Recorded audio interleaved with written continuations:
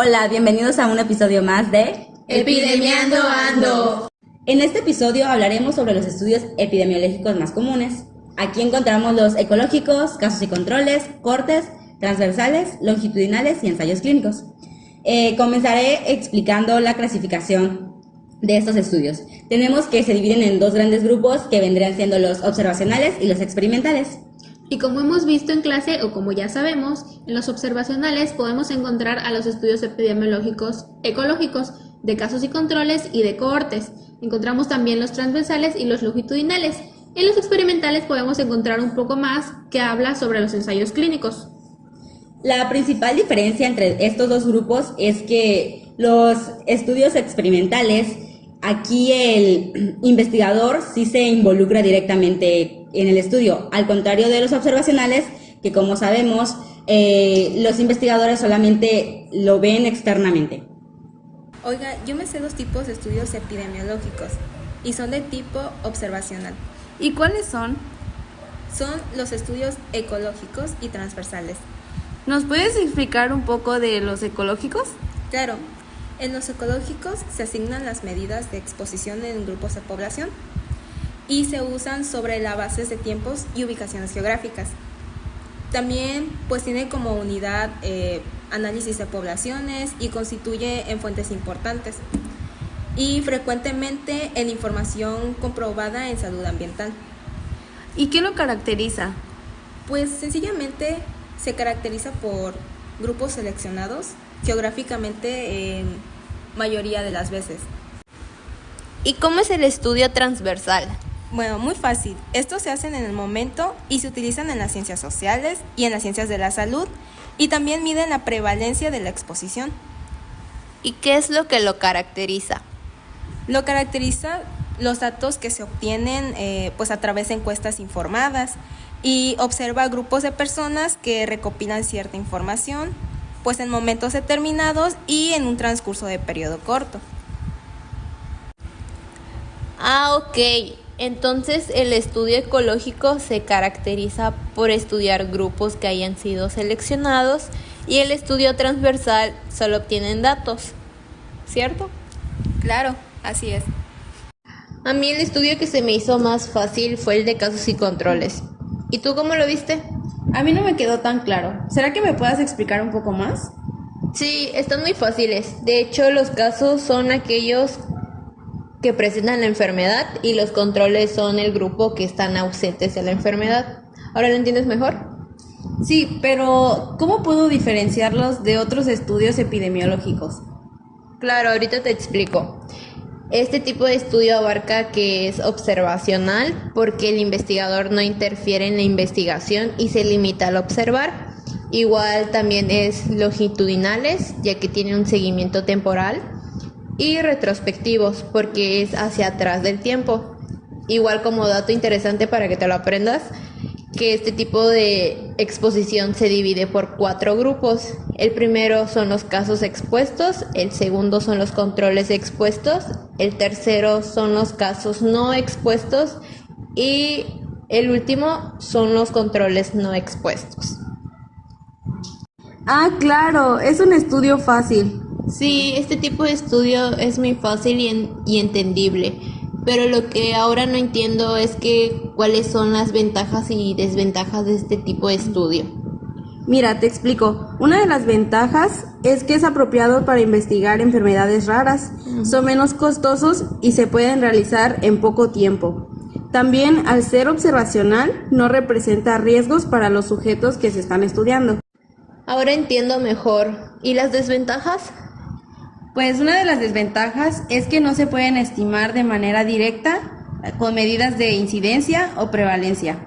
Son susceptibles a sesgos de selección y presentan problemas para definir la población frente a los casos.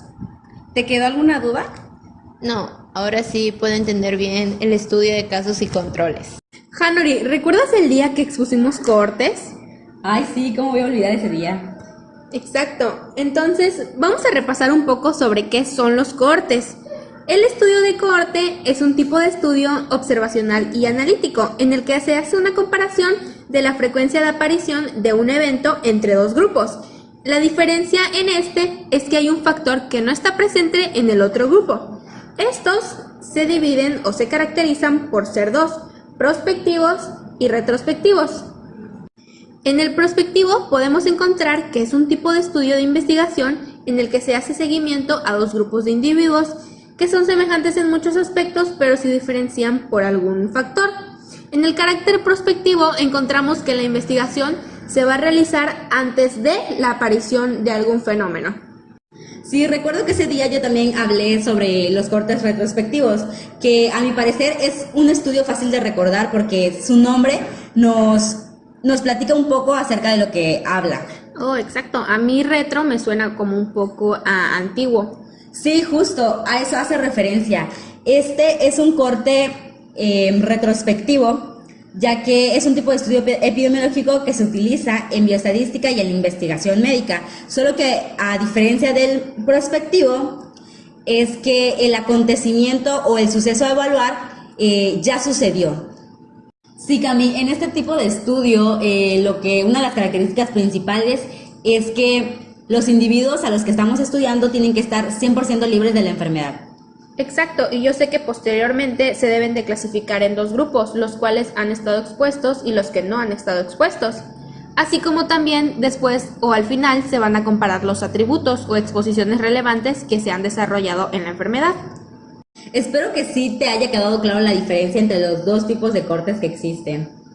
Tengo algo de duda todavía en el corte retrospectivo. ¿Pudieras explicarme un poco más acerca de ese? Espero que ahora sí puedas entenderlo mejor. En resumen, el corte retrospectivo es un estudio en el que los investigadores recopilan información sobre los antecedentes del sujeto después de que se haya desarrollado el resultado de interés. ¿Podrías aclararnos cuál es la diferencia con el tipo de corte que explicaste antes? Ok, en el prospectivo, básicamente para darte una definición lo más aterrizada posible, vamos a encontrar que es una investigación realizada antes de que se hayan desarrollado los resultados de interés. Básicamente lo que me estás diciendo es que el corte retrospectivo se tiene que dar inicio a este tipo de estudio después de que ya se ha desarrollado el resultado de interés, y en el corte prospectivo se tiene que iniciar esta investigación antes de que el resultado de interés ya se ha desarrollado. Exacto, justo así. ¿Y qué te parece el estudio longitudinal? Igual muy fácil. ¿Sabes? Este tipo de estudios recolectan datos en varias ocasiones a lo largo de un periodo de tiempo. También no te olvides que este recoge datos cualitativos y cuantitativos y se encarga de emplear medidas continuas o repetidas. Claro, recuerdo que en una clase explicaron las características, en la cual yo recuerdo que mencionaron que se observa a un mismo grupo de individuos en un largo periodo de tiempo. También cuenta con pocos errores estadísticos y que muestra las relaciones entre los comportamientos tempranos y tardíos. ¡Cierto! Justo como lo mencionaron en una clase de epidemiología. Ahora, por parte de los estudios experimentales solo abordaremos el ensayo clínico, aunque existen más. ¿El ensayo clínico fue el que vimos en la última clase de epidemiología? Sí, y la maestra mencionó que de los estudios experimentales el ensayo clínico es el más importante. La característica principal es que en este estudio el investigador puede intervenir o controlar la variable. Por ejemplo, ¿ustedes sabían que para realizar este tipo de ensayo se deben de dividir a los sujetos de estudio en distintos grupos y posteriormente serán expuestos a distintas intervenciones? Por ejemplo, un medicamento versus otro medicamento, versus cirugía versus un placebo, etc. Y lo que vamos midiendo son los distintos resultados que se pueden llegar a presentar en las exposiciones. Ejemplo, si veo que mi paciente mejora, si veo que mi paciente muere o si tiene algún efecto adverso. Y así el investigador podrá ir midiendo los distintos resultados que se van a ir arrojando. Muchas veces este estudio se lleva a cabo de manera aleatorizada o de doble ciego. Esto para evitar sesgos, ya sean de selección o de información, que puedan afectar los resultados, haciéndolos más imprecisos, aunque también se utiliza el efecto placebo. Oye, Hanari, ¿pero qué es el efecto placebo? Básicamente es que solamente por recibir un medicamento o una intervención, yo ya siento que me voy a mejorar, pero realmente esto es mentira porque el medicamento o la intervención que me hicieron fue como de mentiritas, por así decirlo, y realmente no me están poniendo el medicamento que sí se está estudiando. Al igual que en los estudios anteriores, los ensayos clínicos siguen distintas etapas. Normalmente empiezan con etapas exploratorias en laboratorios, luego en animales, luego en voluntarios sanos y finalmente con voluntarios enfermos. ¿Y saben? Justo esta es una de las características principales, ya que todas las personas que participen en este ensayo deben ser voluntarios, obviamente con un buen consentimiento informado con anterioridad. Además de que estos estudios suelen ser bastante costosos. Esperemos que en este episodio de Estudios Epidemiológicos hayan aprendido algo nuevo. Nos vemos en la próxima edición de ¡Epidemiando Ando!